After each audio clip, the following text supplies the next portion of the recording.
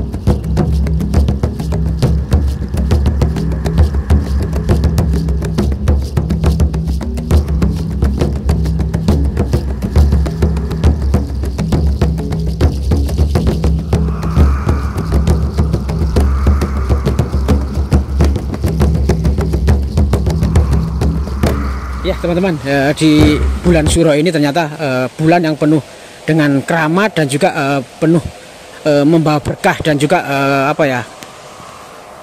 masih dibuat warga Jawa Timur ini khususnya untuk melakukan sesuatu hal yang berbau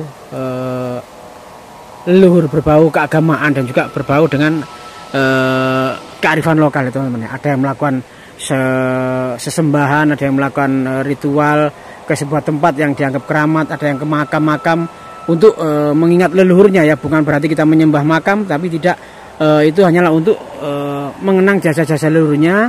Kita ke sana untuk makan-makan bersama, didoakan bersama. Maksudnya adalah kita agar tidak lupa dengan leluhur kita. Ketika kita makan-makan, kita jangan lupa dengan saudara-saudara kita yang telah mendahului kita, yang membuat kita hidup di dunia ini, tentunya lantaran beliau-beliau ini ya.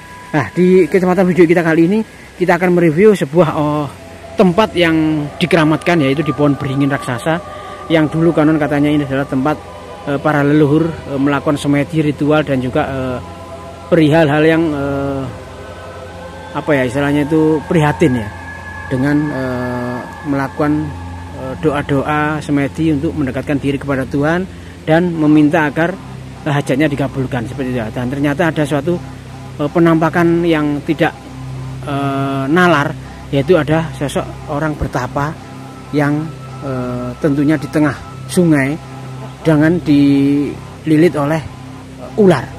Entah seperti apa dan bagaimana, tetap ikuti perjalanan kita kali ini, dan kita akan ditemani oleh spiritual kita, yaitu Mbak Karno. Bagaimana kelanjutannya? Jangan di skip, tonton video ini sampai akhir, dan jangan lupa like dan share agar saya tetap bersemangat untuk melakukan review-review tempat yang bisa kita temukan di gunung-gunung Anjasmara atau di Jawa Timur ya. Ya, kita sudah satu tahun ya tidak bertemu Mbak Karno ini ya. Ternyata benar Mbak Karno ini masih melakukan ritual ya di bulan Syuro ini, atau di bulan bulan Syuro Mbak? Bahasa Arabnya itu bulan apa Mbak? Kalau dalam, bukan bahasa Arab sih Mas, tahun bahasa apa? Hijriah. Itu namanya bulan Muharram. Oh, bulan Muharram. Bulan Muharram. Alhamdulillah, gini loh Mbak.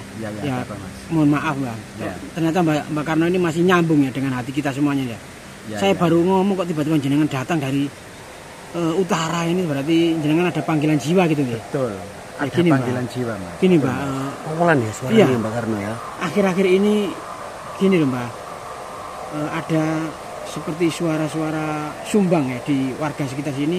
Ya. Karena memang bulan Suro ini banyak warga melakukan ritual atau misalnya itu ngumbah pusoko, ada yang apa ya misalnya itu kirap acara adat istiadat lah kalau ya.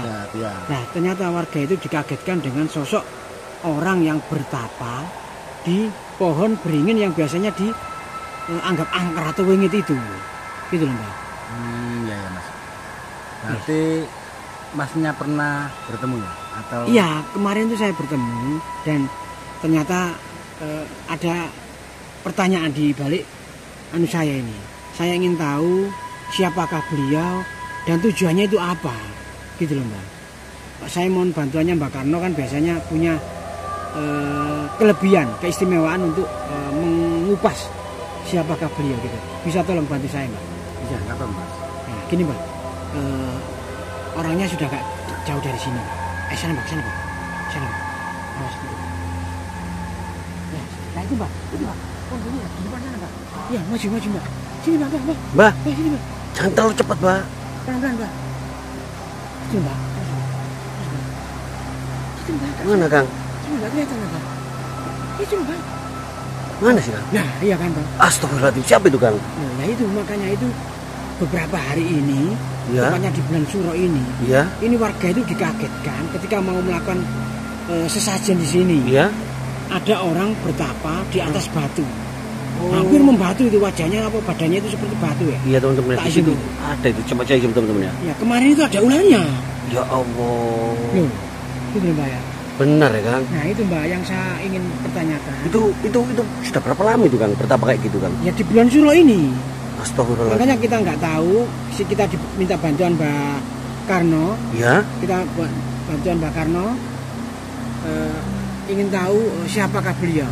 Mungkin bisa kita ambil hikmah atau pelajaran. Betul Kang, betul. Apakah dia keturunannya kerajaan atau Ya. keturunannya raja siapa? Ya. Dan tujuannya itu apa? Nanti biar kita bisa lebih paham dan Ya. juga kita bisa menghargai jasa-jasa beliau ini. Mungkin dia punya tujuan yang mulia gitu loh Pak. Mungkin loh Kang, kalau menurut saya Kang, coba dilihat itu kan di atas sungai Kang, loh, seperti Iya, itu ya. makanya Kan di atas sungai. Jangan-jangan loh Kang, jangan-jangan di bulan Suro atau di bulan yang baik ini pertapa tersebut punya tujuan yang mulia, yaitu mengendalikan air sungai Kang. Biar tidak meluap gitu, bisa jadi Kang. Sekarang kan curah hujannya kan tinggi Kang. Iya betul. Makanya kan biar tidak mengada-ada atau mengira-ngira, saya butuh bantuan Mbak Karno. Gitu ya. Barangkali Mbak Karno bisa membantu.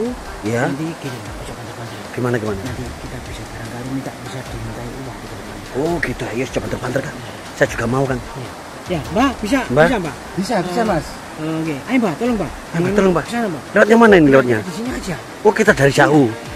Mbak Karno mau ke sana ini Kang? Iya, kita langsung interaksi dengan beliau.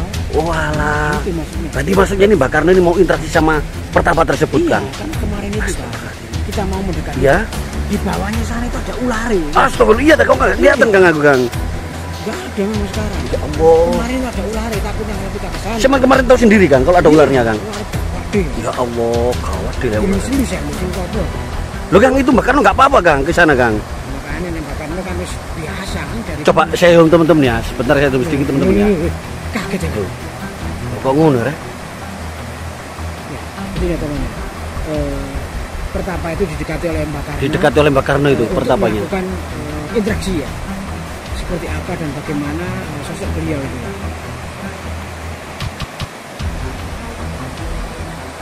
Kayaknya ada sesuatu yang dibicarakan itu kan. Iya, memang Mbak Jiwo, Mbak Karno itu kayak memang sudah ahlinya. Tapi apakah mau orang pertapa diajak bicara kan?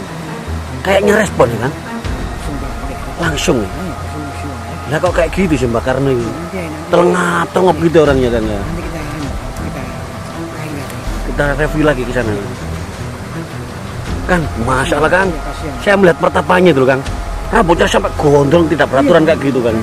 Ini kayaknya sudah lama, cuma baru kali ini mungkin menampakkan diri itu kan. Jahil loh, kok mana? Awalnya loh, wis kayak Jangan-jangan itu goib, jangan-jangan. Bingung Mbak Karno, bingung Kang. Oke teman-teman ya, semoga nanti kita bisa Mendapatkan jawaban yang baik ya. jawaban yang kita inginkan bersama dan juga bisa kita ambil hikmah di dalam interaksi Mbak Karno ini. Silakan bicara Mbak. Duduk aja Kang ya. Oke, Mbak. Duduk aja. Duduk, Mbak. Duduk, Mbak. Gimana Mbak itu dari hasil interaksinya sama Pertapa tadi itu gimana Mbak? Yang keras Mbak ya? Ya, Kalah sama air soalnya ini suaranya Mbak. tadi kan saya sudah berkomunikasi. Oke. Alhamdulillah beliau itu mengaku beliau itu dari mana Oke.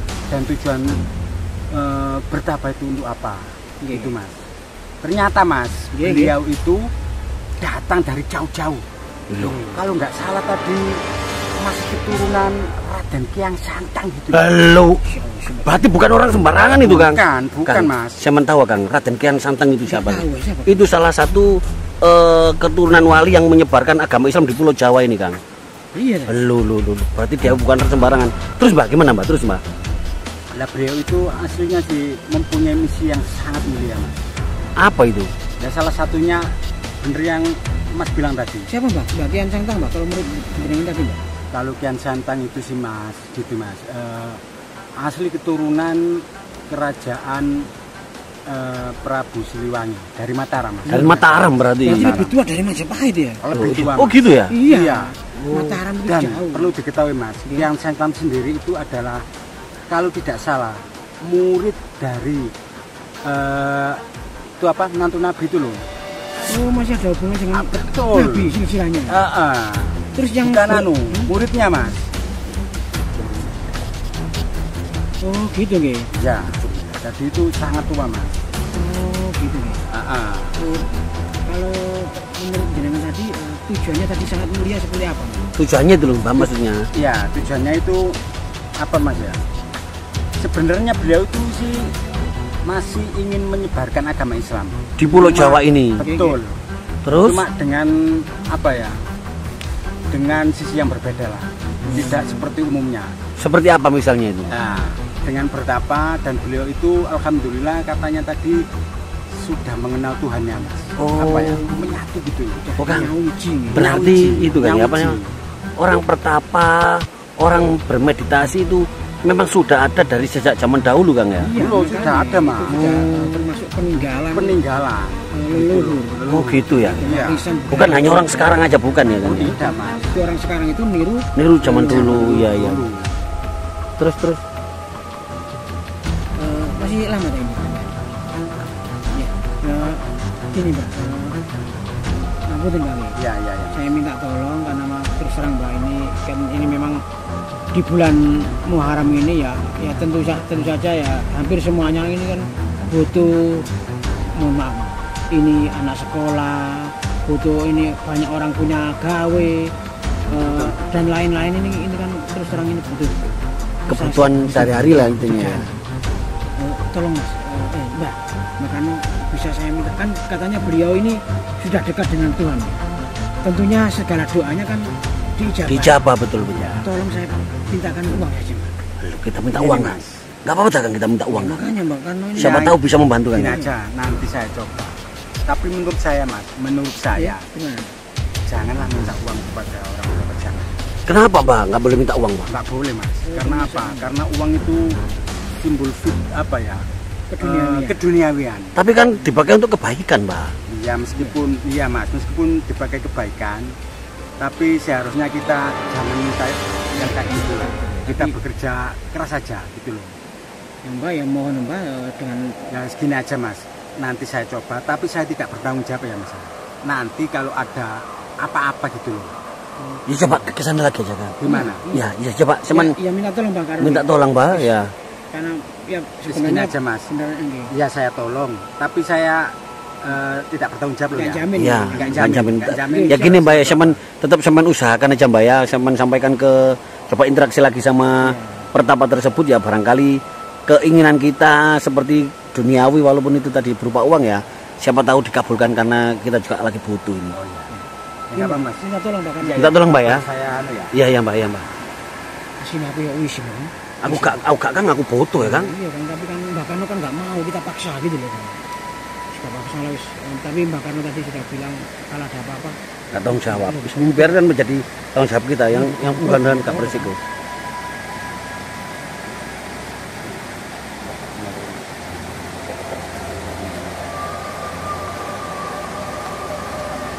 Oke teman-teman ya, tadi kita memaksa Mbak Karno untuk memintakan uang ke seorang pertapa tersebut. karena apa?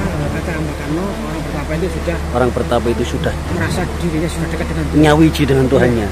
Siapa tahu keinginan kita minta uang tadi bisa dikabulkan kan ya.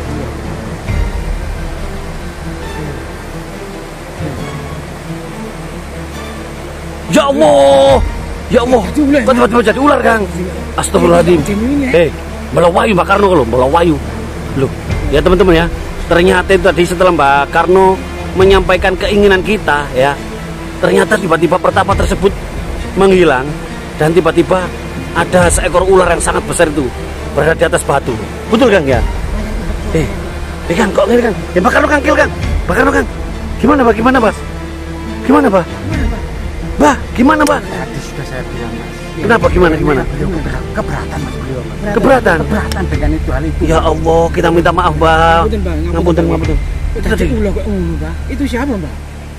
Itu Mas, lihat Mas. Iya. Mana gimana? Iya. Ular naga itu Mbak. Betul. Itu perengwangannya Mas. Astagfirullahaladzim. Berarti kita itu istilahnya itu lancang gimana ya? Betul lancang. Minta maaf Mbak kita Mbak. Mohon maaf Mbak. Jadi memang Mbak Karno tadi kan sudah melarang sebenarnya ya. Jangan minta langsung betul uang atau duniawian ini. Mintalah doa, mungkin itu yang betul ya Mbak. Terus gimana ini kalau pertamanya sudah terlanjur nggak ada, kita minta doa nggak bisa ini ya? Nggak bisa, kita salah. Makanya kan ini buat pembelajaran kita aja Kang ya. Iya, astagfirullahaladzim. Bisa memberikan edukasi kepada kita semuanya. Tetap kita harus menjaga adab, menjaga sikap dan juga perkataan kita agar apa yang kita omongkan, yang kita keluar dari mulut itu tidak menyalahi ya. Kita sudah menyalahi aturan, menyalahi adab. Kita juga memaksa Mbak Karno tadi ya. Ngapunten Mbak Karno nggih. Ya, Mas. Karena memaksa Mbak Karno untuk meminta uang kepada orang bertapa itu ya. Ternyata ini adalah sesuatu yang tidak diperkenankan dan akhirnya orang bertapa itu menghilang jadi ular naga itu ya. Nah, udah bilang ya Allah, astagfirullahaladzim. Mohon maaf Mbak. Mbak ngapunten Mbak. Ayo kita Mbak tak antar ke tempat yang lebih enak Mbak. Kita teman ya. Untung ada Mbak Karno, tapi itu tadi kita salah melakukan pertanyaan atau minta sesuatu yang salah. Betul. Oke teman-teman, mohon maaf bila ada kata-kata kami yang kurang berkenanan. Silakan komentar ya apa yang harus saya lakukan ke depannya ini ya, agar kita bisa lebih baik lagi ke depan dan juga lebih baik untuk masa depan. Oke, akhir kata wassalamualaikum warahmatullahi wabarakatuh.